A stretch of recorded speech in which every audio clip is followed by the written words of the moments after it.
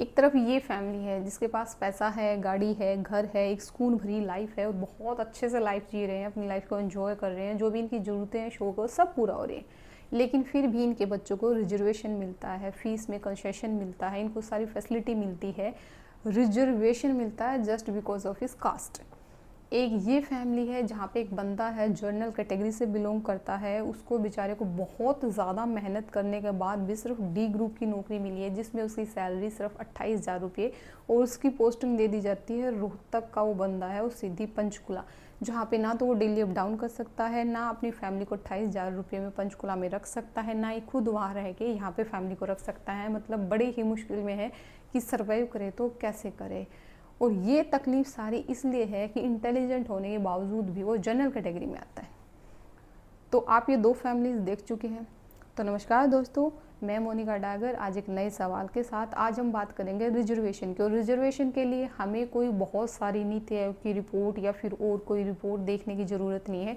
Reservation के बारे में जानने के लिए हम अपने आसपास में देख सकते हैं। आप स्कूल कॉलेज वगैरह में पढ़ते हो तो आप देखते हो कि आजकल के बच्चे किसी में कोई फ़र्क नहीं करते हैं, किसी की कास्ट नहीं पूछते हैं, किसी का धर्म नहीं पूछते हैं, सब मिलजुल के रहते हैं। और फिर भी सरकार इसी चीज़ में लगी हुई है। तो सबसे पहले हम ये जानते हैं कि रिजर्वेशन स्टार्ट क्यों हुआ था।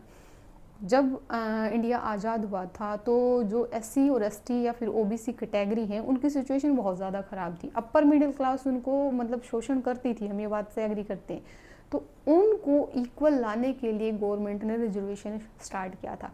और जो लेजिस्लेचर और पार्लियामेंट है उनमें सबसे पहले रिजर्वेशन स्टार्ट किया गया था और लिमिट रखी गई थी 10 साल की।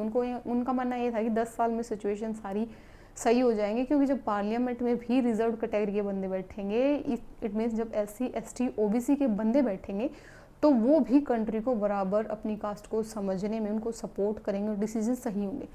लेकिन ये रिजर्वेशन बन गया नेवर एंडिंग। कैसे? क्योंकि आप भी इस चीज़ से एग्री करते हैं कि जब स्टडी कम होती है, मतलब एजुकेशन कम होती है, तो जनसंख्या ज़्यादा होती है। जब एजुकेशन ज़्यादा होती है तो पॉपुलेशन कम होती है।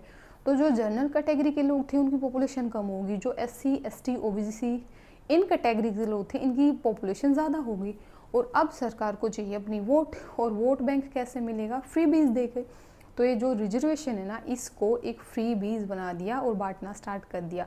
हर साल इसको हटाने की बजाय, कम करने की बजाय हर सरकार बढ़ाती गई, चाहे कोई वो स्टेट गवर्नमेंट हो या फिर वो सेंट्रल गवर्नमेंट हो। उनको मतलब कोई मतलब नहीं था कि आप लोगों को फ्री बीज देके काबिल ना बना के उनका तो सत्यानाश कर ही रहे हो, साथ साथ देश का भी कर रहे हो। और ये बात लोगों को अब भी नहीं समझ में आ रही, क्योंकि आप खुद एक बात बताइए, आप ये कहते हो कि ऐसे ऐसे लोग हैं आज भी समाज में निचली जात के, जिनको ऊपरी जात से डर के रहना पड़ता है, समाज से डर के रहना पड़ता है, और ये रिजर्वेशन दे के हम उनको सपोर्ट कर रहे हैं। क्या आप ऐसे बंदे को बगैर काबिल बनाए, बगैर मेहनत से, आप कह सकते हैं भीख में कोई चीज़ देकर उसके मन से डर निकाल सकते हैं? बिल्कुल भी नहीं। अगर ऐसा होता तो 78 साल हो गए रिजर्वेशन को, अब भी अगर आप उनको इक्वल नहीं ला पाए हो, उनके मन से वो डर नहीं निकाल पाए हो, तो उनको आप आगे नहीं लेके जा रहे हो, बल्कि आप अपनी कंट्री को पीछे लेके जा रहे हो। दूसरी बात, मैं जैसे रोहतक हरियाणा से बिलोंग करती हूँ, यहाँ पे अभी हाल फिलहाल नीट का रिजल्ट आया, सब जगह आया। यहाँ पे एक बंदे के 1000 में से मात्र 4 नंबर आए, फिर भी उसको सीट मिल गई है पीजीआई में डॉक्टरी की।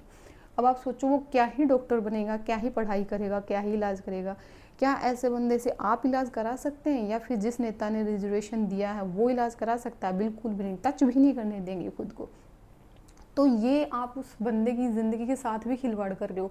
जो उसका कॉन्फिडेंस है ना, उसी कॉन्फिडेंस की धज्जियाँ उड़ा दी जाएंगी जब इलाज के टाइम पे लोग रिजर्व कैटेगरी का समझ के उससे दूर हटेंगे।